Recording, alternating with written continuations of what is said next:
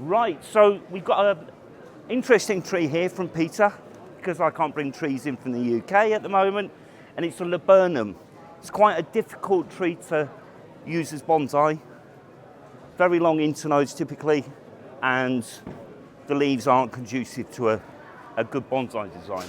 But I think this is a good example of using what might be considered low quality material to make a good bonsai. Now, I think it was collected, was it 20 years ago from the grounds? Yeah, so it's a well-established tree.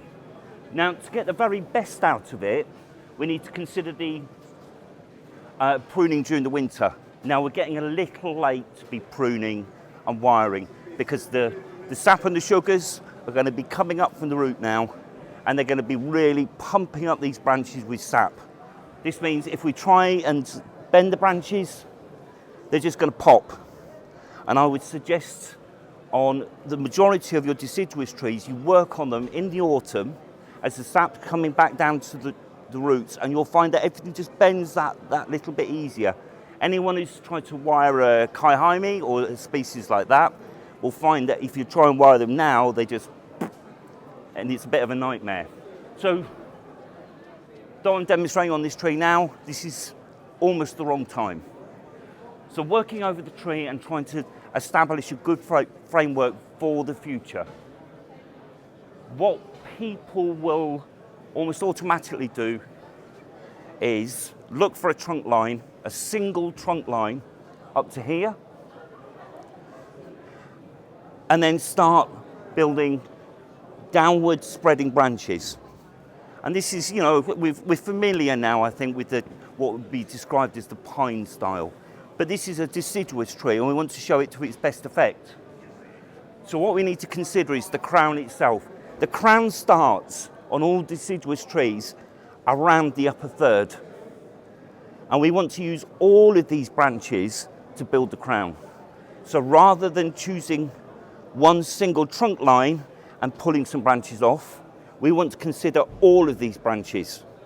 Now we can have dropping branches at the very, very bottom of the tree to give an indication of age. But on a deciduous tree, as you climb up, as your eye travels up the trunk line, you need to start bringing these branches up. And it can really go against the grain of what you may have learned in the past with bonsai design. But you only need to look outside at the deciduous trees here that are incredibly old, and their branches are rising up. I think we all are used to down-sweeping branches as an indicator of age. We're trying to show that the tree's old by down-sweeping the branches. But that's not the only indicator of age. There's things like branch taper and how much contrast you have between a heavy, heavy trunk, your primary branches, and then one day, very, very fine tertiary branches all around the crown. And that contrast between these very, very fine growth and a heavy trunk is a greater indicator of age than just down sweeping and bringing things down. So to approach this tree, I'm going to do a little bit of pruning, hopefully as an example. I want to work through and make sure that every junction where there's new branches just divides into two. If you have three coming out, it will always look awkward. You want bifurcation or division into two. So as a for instance, this branch at the back, we almost have three coming off at this junction, and we want to reduce to two. That's coming away anyway, so I'm going to reduce that to two. And I'm also going to start pruning for taper as well. So if I can prune to here, we're introducing taper and trying to leave ourselves with nice fine growth in the tertiary. These are early days yet, but this is something that you can start building up now. Let me have a look around. Now I would say this is an ideal first branch, and this is just duplicated underneath, so I'm going to remove this branch automatically.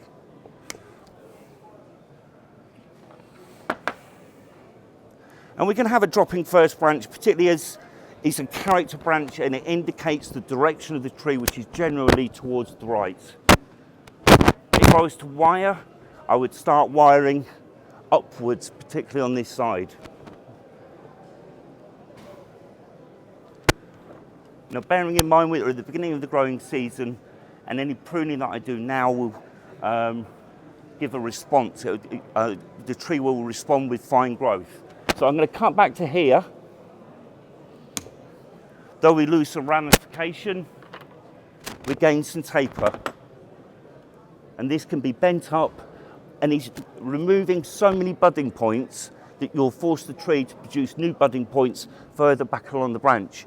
So by the end of the growing season, this current growing season, you're going to have nice fine growth to carry on building up that fanning out.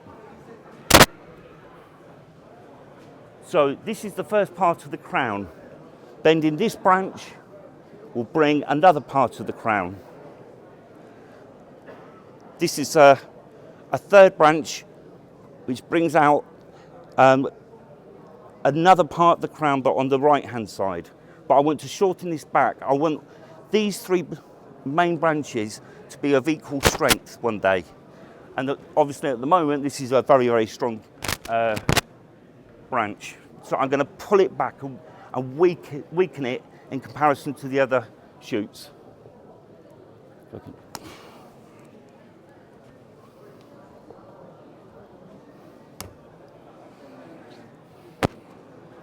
So now I have 1, 2, and it's the tertiary branches, and 3 and 4. Now this is too heavy a branch at the back.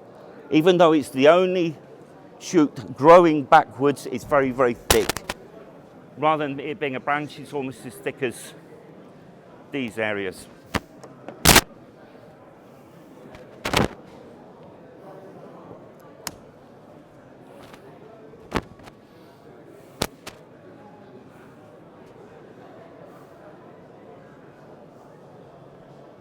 Now this is a nice branch coming, a nice branch junction.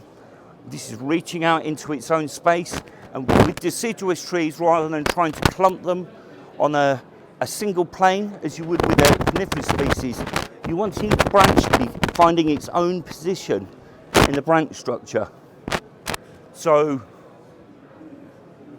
by moving this out, this branch out, it's finding its own position in the branch structure, this one below, and we'll just give these a slightly different height when wired. This is awkward. This comes too far in towards the trunk itself. So I'm going to remove this branch as well.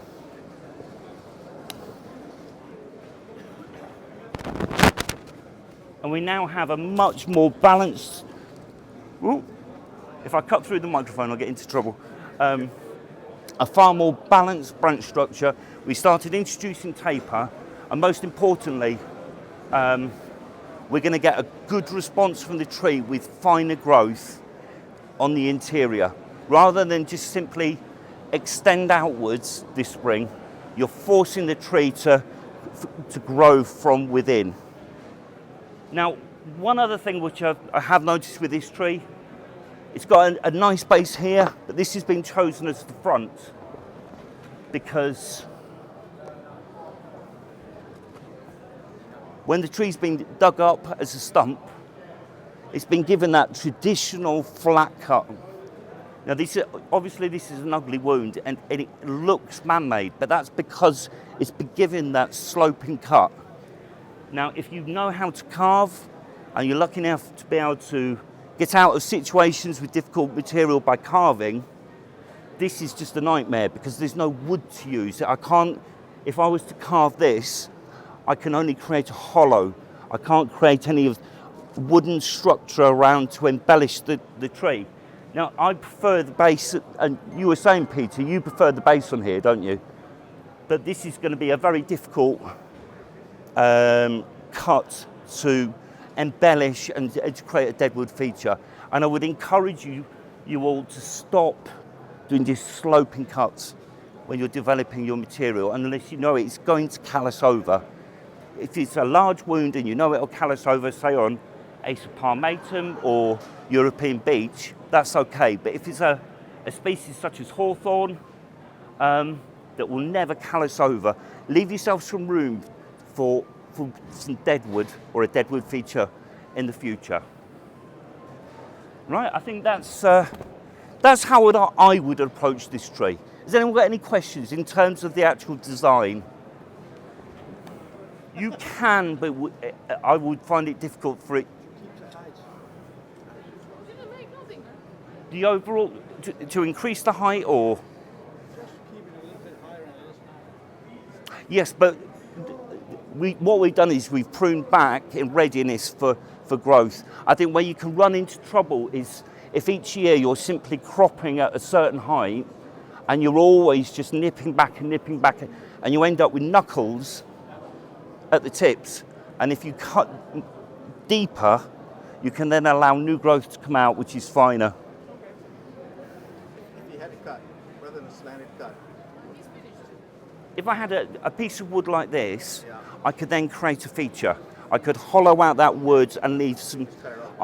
When I'm carving, I want to have the three elements. I want to have bark, wood, like a wooden shell, so I can show some distressed wood, and then a hollow. But what I'm left with here is the bark layer and hollow. And it's difficult.